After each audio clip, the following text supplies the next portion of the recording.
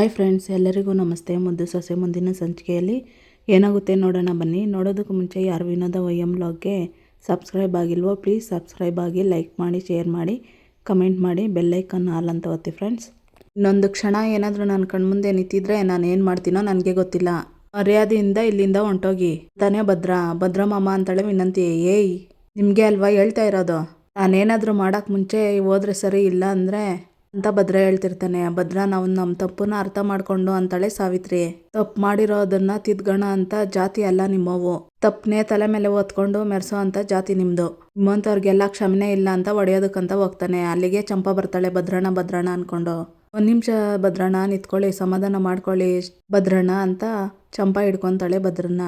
ದುಡ್ಕಿ ಏನಾದರೂ ಅನಾಹುತ ಮಾಡಬೇಡಿ ಅಂತಾಳೆ ಚಂಪಾ. ಇಲ್ಲ ಚಂಪಾ, ಮೊದಲು ಇಲ್ಲಿಂದ ಇವ್ರನ್ನ ಹೊಂಟೋಗೋಕೆ ಹೇಳು. ಇವ್ರಿನ್ನ ಇಲ್ಲೇ ಇದ್ರೆ ನನ್ನ ಮನುಷ್ಯನೇ ಆಗಿರಲ್ಲ. ಎಲ್ಲಿಗೋದ್ರೂ ಪರವಾಗಿಲ್ಲ, ಇವ್ರನ್ನ ಇಲ್ಲೇ ಇಲ್ಲ ಅನಿಸ್ಬಿಡ್ತೀನಿ ಅಂತಾನೆ ಭದ್ರ. ಅದು ಭದ್ರಣ್ಣ ದೊಡ್ಡ ಮಾವನೇ ಇಲ್ಲಿರೋದಕ್ಕೆ ಅವ್ರಿಗೆ ಅನುಮತಿ ಕೊಟ್ಟವನೆ ಅಂತ ಚಂಪಾ ಹೇಳ್ತಾಳೆ. ಏನು ಹೇಳ್ತಾ ಇದೀಯಾ ಚಂಪಾ? ಅಪ್ಪಯ್ಯ ಇಲ್ಲಿರೋದಕ್ಕೆ ಇವ್ರನ್ನ ಒಪ್ಕೊಂಡ್ರೆ ಅಂತಾನೆ ಭದ್ರ. ಹ್ಞೂ ಭದ್ರಣ್ಣ ಅಂತ ಹೇಳಿ ಈಶ್ವರಿ ಮಾತಾಡಿದ್ದು ಮತ್ತೆ ಶಿವರಾಮೇಗೌಡರು ಮಾತಾಡಿದ್ದೆಲ್ಲ ಹೇಳ್ತಿರ್ತಾಳೆ ಚಂಪಾ. ಅಜ್ಜಮ್ಮ ಕೇಳ್ಕೊಂಡಿದ್ದೆಲ್ಲ ಹೇಳ್ತಿರ್ತಾಳೆ ಚಂಪಾ. ಅದಕ್ಕೆ ದೊಡ್ಡ ಮಾವ ಹೇಳವ್ರೆ ಅಂತಾಳೆ ಚಂಪಾ. ನೀವು ಮಾಡಿರೋ ತಪ್ಪು ಚಿಕ್ಕದಲ್ಲ, ಆದರೂ ಅಪ್ಪಯ್ಯ ಕ್ಷಮಿಸವ್ರೆ ಅಂತಂದರೆ ಅವ್ರ ದೊಡ್ಡ ಗುಣ ಅದು.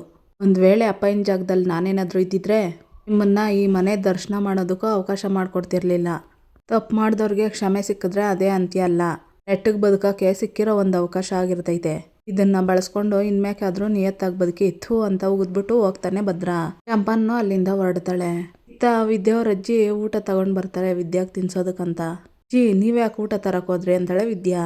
ಏನು ವಿದ್ಯಾ, ಬಂದು 4 ದಿನ ಆಯಿತು. ನಿಮ್ಮಮ್ಮ ತಿನ್ಸಿದ್ಲು, ನಿಮ್ಮಪ್ಪ ತಿನ್ಸಿದ್ಲು, ಸರು ತಿನ್ಸಿದ್ಲು, ಇವತ್ತು ನಾನು ತಿನ್ಸೋದು ಬೇಡವೇ ಅಂತ ವಿದ್ಯಾವ್ರ ಅಜ್ಜಿ ಹೇಳ್ತಾರೆ.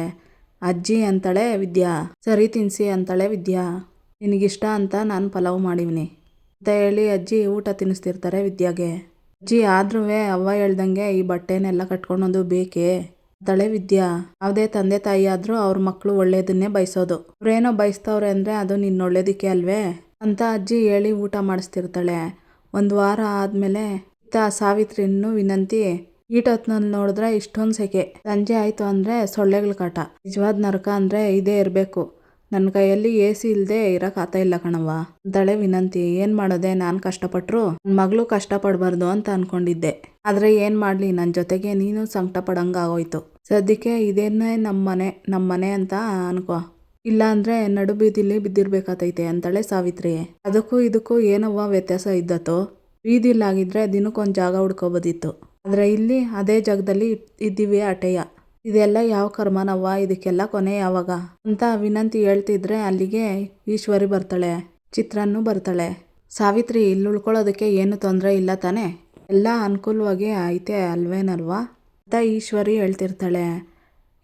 ಇದೇನವ್ವ ಹಿಂಗೆ ಕೇಳ್ತಾ ಇದ್ದಿ? ಏಟೋಕಿತ ಇವರಿಬ್ರು ಸೂರ್ಯನ ಮುಖನೇ ನೋಡಿರಲಿಲ್ಲ. ಯಾವಾಗಲೂ AC ಒಳಗೇನೆ ಇರ್ತಾಯಿದ್ರು. ಈಗ ಬೇರೆ ಬೇಸಿಗೆ ಬಿಸಿಲು ಚುರುಗುಡ್ತೈತೆ. ಹೆಂಗೆ ತಡ್ಕೊಂಡವ್ರೋ ಏನೋ ಅಂತ ಚಿತ್ರ ಹೇಳಿ ಕಿಂಡಲ್ ಮಾಡ್ತಿರ್ತಾಳೆ. ಏನತ್ತಿಗೆ, ಹಳ್ಳಕ್ಕೆ ಬೀಳೋರ್ಗೆ ಕೈ ಕೊಡೋರು ಕಮ್ಮಿ, ಕಲ್ಲೊಡೆಯೋರು ಜಾಸ್ತಿ ಅನ್ನೋ ಮಾತನ್ನ ಸತ್ಯ ಅಂತ ಹೇಳಕ್ಕೆ ಬಂದಿದ್ಯಾ ಅಂತಾಳೆ ಸಾವಿತ್ರಿ. ಚೇಚೆ, ನಾನು ಯಾವತ್ತಾದರೂ ಹಿಂಗೆ ಏನಾದರೂ ಮಾಡಿದ್ದೀನ ಸಾವಿತ್ರಿ? ಪಾಪ ನನ್ನ ಆದ್ನಿ ಸೊಸೆ ಕಷ್ಟಪಡ್ತಾವ್ರಲ್ಲ ಅಂತ ವಿಚಾರಿಸ್ಕೊಂಡೋಗೋಣ ಅಂತ ಬಂದರೆ ಹಿಂಗೆ ಮಾತಾಡ್ತಾ ಇದೆಯಲ್ಲ ಸಾವಿತ್ರಿ. ಇದು ನಿಂಗೆ ಸರಿ ಅನ್ನಿಸ್ತೈತೆ? ತಿಟ್ಟವಾಗ್ಲೂ ನಿನ್ನ ಮೇಲೆ ಪ್ರೀತಿ ಇರೋದಕ್ಕೆ ವಿಚಾರಿಸ್ಕೊಂಡೋಗೋಣ ಅಂತ ಬಂದಿದ್ದೀನಿ.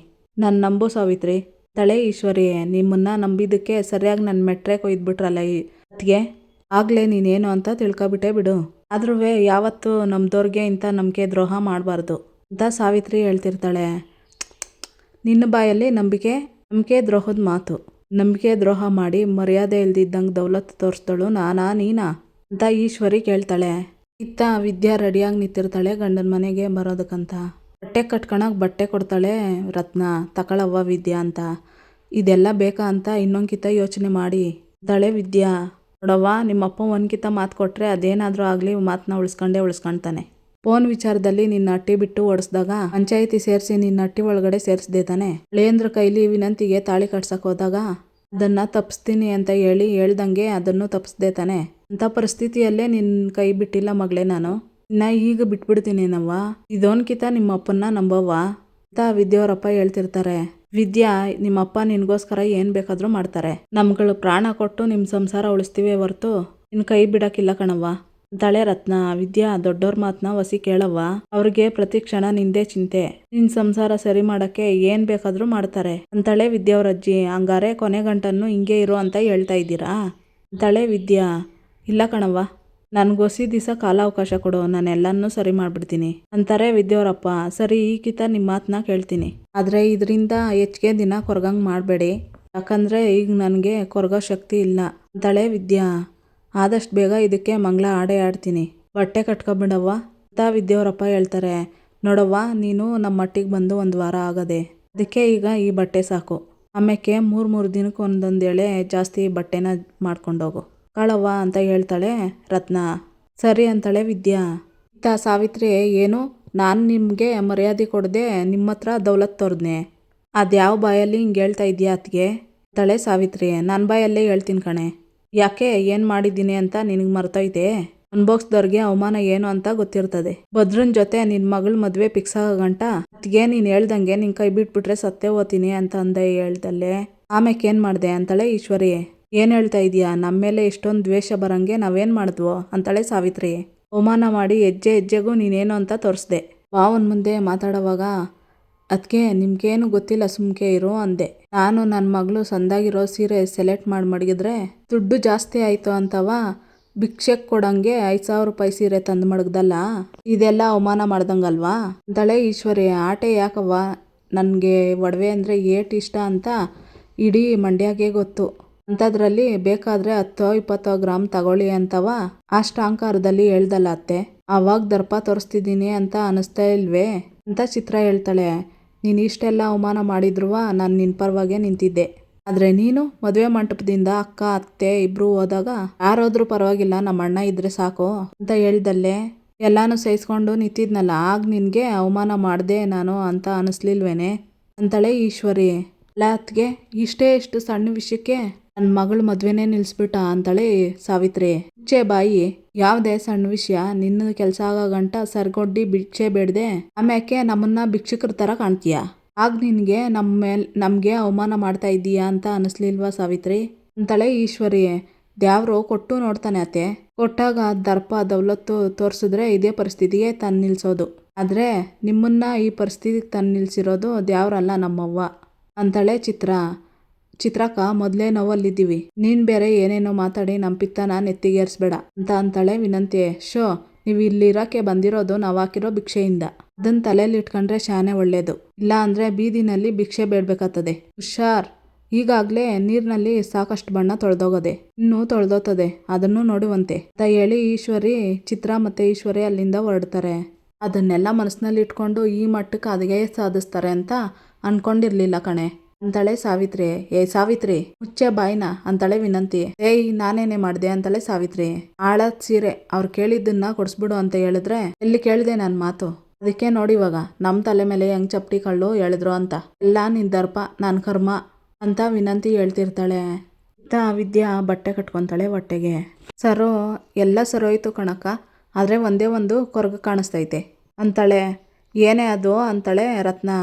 ಅದೇ ಕಣವ್ವ, ಬಸ್ರಿ ಹೆಂಗ್ಸಾದ್ಮೇಲೆ ಹೊಸಿ ಮುಖದಲ್ಲಿ ನಗು ಸಂತೋಷ ಅನ್ನೋದು ಇರಬೇಕಲ್ವೇ, ಅದೊಂದು ಇದ್ಬಿಟ್ರೆ ಸಾಕು, ಆಗ ಯಾರಿಗೆ ಯಾವುದೇ ಥರದ ಅನುಮಾನನೂ ಬರಲ್ಲ ಅಂತಾಳೆ ಸರು. ಕ್ವಾಟ್ಲೆ ಬರೋ ಹೊತ್ತು ಬೇರೆ ಆಗೋಯ್ತು, 1 ನಿಮಿಷ ಬಂದೆ, ಇಲ್ಲೇ ಇರಿ ಅಂತಾರೆ ವಿದ್ಯಾವರಪ್ಪ. ಅಪ್ಪ, ಈಗ ಒಂಡದ ಟೈಮಲ್ಲಿ ಎಲ್ಗಪ್ಪ ಅಂತಾಳೆ ಸರು. 1 ನಿಮಿಷ ಅಂತ ಹೇಳಿದ್ನಲ್ಲ, ಇರೇ ಬಂದೆ ಅಂತ ಹೇಳಿ ವಿದ್ಯಾವರಪ್ಪ ಬಟ್ಟೆ ಚೇಂಜ್ ಮಾಡ್ಕೊ ಬರ್ತಾರೆ. ಹೊರಡ್ರಣ್ವೇ ಅಂತಾರೆ ವಿದ್ಯಾವರಪ್ಪ. ಇದೇನಪ್ಪ ಇದು, ಈಗೆಲ್ಲ ಇದು ಬೇಕಿತ್ತೆ ಅಂತ ಕೇಳ್ತಾಳೆ ಸರು. ನಿನ್ಗೆ ಅವೆಲ್ಲ ಗೊತ್ತಾಗಕ್ಕಿಲ್ಲ, ಬೀಗರ ಮನೆಗೆ ಹೋಗ್ಬೇಕಂದ್ರೆ ಇಷ್ಟು ಇಳ್ದಿದ್ರೆ ಹೆಂಗೆ ಅಂತ ವಿದ್ಯಾವರಪ್ಪ ಹೇಳ್ತಿರ್ತಾರೆ. ಕಾರ್ ಆರನ್ನು ಸೌಂಡ್ ಕೇಳಿಸ್ತೈತೆ, ಕ್ವಾಟ್ಲೆ ಬಂದವನೆ ಅಂತ ಅನ್ನಿಸ್ತೈತೆ ಅಂತ ಹೇಳಿ ಎಲ್ರು ಬರ್ತಿರ್ತಾರೆ ಕಾರಲ್ಲಿ. ಇತ್ತಿಂದತ್ತ ಭದ್ರ ಓಡಾಡ್ತಾ ಇರ್ತಾನೆ. ದಾರಿ ನೋಡ್ತಾ ಕಾಯ್ತಿರ್ತಾನೆ. ಅಲ್ಲಿಗೆ ಕಾರಲ್ಲಿ ಕ್ವಾಟ್ಲೆ ಕರ್ಕೊಬಂದಿರ್ತಾನೆ ವಿದ್ಯಾವ್ರನ್ನ ಫ್ಯಾಮಿಲಿನ. ವಿದ್ಯಾ ಕಾರ್ ಡೋರ್ ತೆಗಿಯೋದಕ್ಕಂತ ಹೋಗ್ತಾಳೆ. ಅಮ್ಮಿ ನೀನು ತೆಗಿಬೇಡ ಕಣಮ್ಮಿ, ಈಗ ನೀನು ಒಬ್ಳೇ ಎಲ್ಲ ಇರೋದು, ಇಬ್ರು ಅಂತ ಹೇಳ್ತಾನೆ ಭದ್ರ. ಅಲ್ಲೇ ವಿನಂತಿನ್ನು ಸಾವಿತ್ರಿ ನಿಂತ್ಕೊಂಡು ನೋಡ್ತಿರ್ತಾರೆ. ನಿನ್ಗೇನೂ ಆಗಿಲ್ಲ ತಾನೆ, ಬರ್ತಾ ರೋಡಲ್ಲಿ ಏನೂ ತೊಂದರೆ ಆಗಿಲ್ಲ ತಾನೆ, ಕ್ವಾಟ್ಲೆ ಏನಾದ್ರೂ ಹಂಪ್ಸ್ ಗಿಮ್ಸ್ ದಾಟ್ಬಿಟ್ನ ಹೆಂಗೆ ಹೇಳು ತಾನೆ ಭದ್ರ, ನನ್ಗೇನು ಗೊತ್ತೇ ಇಲ್ಲ, ಇವತ್ತೇ ಫಸ್ಟ್ ಟೈಮ್ ಗಾಡಿ ಓಡಿಸ್ತಾ ಇರೋದು ಅನ್ನಂಗ್ ಮಾತಾಡ್ಬೇಡ ಅಂತಮ್ಮ. ಓ ಅಂತಾನೆ ಕ್ವಾಟ್ಲೆ. ಗೌಡ್ರೆ ನನ್ಗೇನು ಆಗಿಲ್ಲ, ಯಾಕೆ ನೀವು ಹಿಂಗಾಡ್ತಾ ಇದ್ದೀರಾ ತಳೆ ವಿದ್ಯಾ. ಅಮ್ಮಿ ನಿನ್ಗೆ ಎಷ್ಟು ಕಿತ ಹೇಳ್ಬೇಕು, ನೀನಿರೋದು ಒಬ್ಳಲ್ಲ ಇಬ್ರು ಅಂತವ. ಹೊಟ್ಟೆನ್ ನೋಡಿ ಭದ್ರ, ಇದೇನಮ್ಮಿ ಇದು, ಒಂದೇ ವಾರಕ್ಕೆ ಹೊಟ್ಟೆ ಮುಂದೆ ಬಂದ್ಬಿಟ್ಟೈತೆ, ಜೊತೆಯಲ್ಲಿ ಮುಖದಲ್ಲೂ ಕಳೆ ಎದ್ದು ಕಾಣ್ತದೆ ಅಂತಾನೆ ಭದ್ರ. ಅಯ್ಯೋ ಅಣ್ತಮ್ಮ, ಅತ್ಕೆಮ್ಮ ಕಾರ್ ಹತ್ತಕ್ ಬಂದವಾಗ ನನ್ಗೂ ನೋಡಿ ನನ್ಗೆ ಆಶ್ಚರ್ಯ ಆಗೋಯ್ತು, ಅದು ಒಂದೇ ಒಂದು ವಾರದಲ್ಲಿ ಈ ಬದಲಾವಣೆ, ನನ್ಗಂತೂ ನಂಬಾಕೆ ಆತ ಇಲ್ಲ ಅಂತಾನೆ ಕ್ವಾಟ್ಲೆ. ಕ್ವಾಟ್ಲೆ ಇದೇನ ಕಣ್ಲಾ ತವ್ರಿರಿನ ಶಕ್ತಿ ಅಂದ್ರೆ, ತಾಳಿ ಕಾಳಜಿಯಿಂದ ಆಗಿರೋದಂತೆ ಕಣ್ಸುಮ್ಕಿರು. ಒಟ್ನಲ್ಲಿ ಯಾರು ಎಷ್ಟೇ ಕಾಳಜಿ ತೋರ್ಸಿದ್ರುವೆ ಬಸ್ರಿ ಹೆಂಗ್ಸ್ ಮನ್ಸಿಗೂ ದೇಹಕ್ಕೂ ಹೊಸ ಕಳೆ ಕೊಡೋದೆ ತವ್ರು ಅನ್ನೋ ಮಾತು ಕೇಳಿದ್ದೆ, ಆದ್ರೆ ಅದೀಗ ನೋಡ್ತಾ ಇದ್ದೀನಿ ಕಣ್ಲಾ ಅಂತ ಭದ್ರ ಹೇಳ್ತಾನೆ. ಅಲ್ಲೇ ನಿಂತಿದ್ದ ಸಾವಿತ್ರಿ ವಿನಂತಿ, ಅವ್ವ ಅವಳು ಹೊಟ್ಟೆ ಮುಂದಕ್ಕೆ ಬಂದಿರೋದು ನೋಡ್ತಾ ಇದ್ರೆ ನನ್ನ ಹೊಟ್ಟೆಗೆ ಬೆಂಕಿ ಬಿದ್ದಂಗೆ ಆತೈತೆ ಅಂತಾಳೆ ವಿನಂತಿ. ನನ್ನೊಟ್ಟೆಗೇನೋ ಹಾಲು ಕುಡ್ದಷ್ಟು ಸಂತೋಷ ಆಗ್ತಿದ್ಯಾ, ನನಗೂ ಹಂಗೆ ಕಣೆ ಅಂತಾಳೆ ಸಾವಿತ್ರಿ. ಇತ್ತ ಭದ್ರ ಮಂಡಿ ಊರಿ ಅಮ್ಮಿ ಅಂತ ಹೇಳಿ ಕೈ ಇಟ್ಟು ಹೊಟ್ಟೆ ಮೇಲೆ ಕಿವಿ ಕೊಡ್ತಾನೆ ಹೊಟ್ಟೆಗೆ. ಅಮ್ಮಿ ನನ್ ಮಗ ಎಷ್ಟು ಸಂದಾಗಿ ಶಬ್ದ ಮಾಡ್ತೈತೆ ಗೊತ್ತಾ, ನಿನ್ ಹೊಟ್ಟೆ ನೋಡ್ತಿದ್ರೇನೆ ಗೊತ್ತಾತೈತೆ ನಮ್ಮ ಮಟ್ಟಿಗೆ ಬರ್ತಾ ಇರೋದು ಎಷ್ಟು ದೊಡ್ಡ ಸಂತೋಷ ಅಂತ. ಇದರಿಂದ ನನ್ನ ಮನಸ್ಸಿಗೆ ಶಾನೆ ಸಂತೋಷ ಆಗ್ತೈತೆ ಕಣಮ್ಮಿ. ಅಮ್ಮಿ ಇಷ್ಟು ದಿನದಿಂದ ನನ್ನ ಹೆಂಡ್ರು ಅನಿಸ್ತಿತ್ತು, ಈಗ ಇವತ್ತು ನಮ್ಮ ವಂಶದ ಕುಡಿ ಒತ್ತಿರೋ ತಾಯಿ ತರ ಕಾಣಿಸ್ತಿದ್ಯಾ. ಇದನ್ನೆಲ್ಲ ನೋಡ್ತಾ ಇದ್ರೆ ಅಪ್ಪಯ್ಯ ಅವ್ವ ಎಷ್ಟು ಖುಷಿ ಪಡ್ತಾರೆ ಗೊತ್ತಾ ಅಂತ ಹೇಳಿ ಚಂಪನ್ ಕೂಗಿ ಆರತಿ ಮಾಡಿಸಿ ಬಾ ಒಳಕೋಗೋಣ ಅಂತ ಕರ್ಕೊಂಡೋಗ್ತಾನೆ. ಅವ್ವ ಈ ಒಂದು ವಾರದಿಂದ ಇಲ್ದಿರೋ ಹೊಟ್ಟೆ ಇವಾಗ ಅದು ಹೆಂಗೆ ಎದ್ದು ಕಾಣ್ತೈತೆ ಅಂತೀನಿ ಅಂತಾಳೆ ವಿನಂತಿ. ಪ್ರತಿದಿನ ಕಣ್ಮುಂದೆ ಇದ್ರೆ ಯಾವ ಬದಲಾವಣೆಯನ್ನು ಕಾಣಕ್ಕಿಲ್ಲ, ಯಾಕಂದ್ರೆ ಬದಲಾವಣೆ ಆಗೋದು ಸ್ವಲ್ಪ ಅಲ್ವೇ, ಅದಕ್ಕೆ ಗೊತ್ತಾಗಕ್ಕಿಲ್ಲ ಅಂತಾಳೆ ಸಾವಿತ್ರಿ. ಓ ಈಟ್ ದಿನ ನೋಡಿಲ್ವಲ್ಲ, ಅದಕ್ಕೆ ಅಷ್ಟು ದೊಡ್ಡದಾಗಿ ಕಾಣಿಸ್ತೈತೆ ಅಂತಾಳೆ ವಿನಂತಿ. ಇಲ್ಲಿಗೆ ಈ ಸಂಚಿಕೆ ಮುಕ್ತಾಯ ಆಗುತ್ತೆ. ಯಾರಿನ್ನೂ ವಿನೋದ ವೈಎಂ ವ್ಲಾಗ್ಗೆ ಸಬ್ಸ್ಕ್ರೈಬ್ ಆಗಿಲ್ವೋ ಪ್ಲೀಸ್ ಸಬ್ಸ್ಕ್ರೈಬ್ ಆಗಿ, ಲೈಕ್ ಮಾಡಿ, ಶೇರ್ ಮಾಡಿ, ಕಮೆಂಟ್ ಮಾಡಿ, ಬೆಲ್ಲೈಕಾನ್ ಆಲ್ ಅಂತ ಒತ್ತಿ ಫ್ರೆಂಡ್. ವಿಡಿಯೋ ನೋಡಿದ್ದಕ್ಕಾಗಿ ಎಲ್ಲರಿಗೂ ಧನ್ಯವಾದಗಳು.